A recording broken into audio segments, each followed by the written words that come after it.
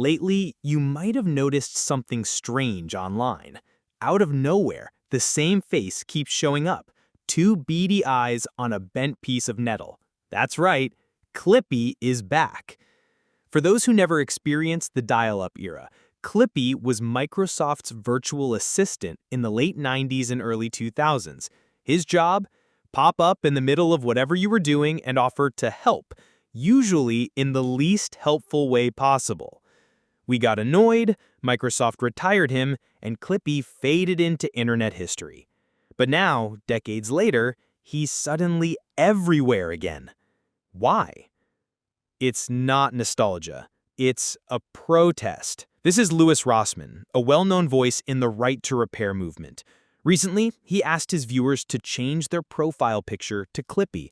His reasoning?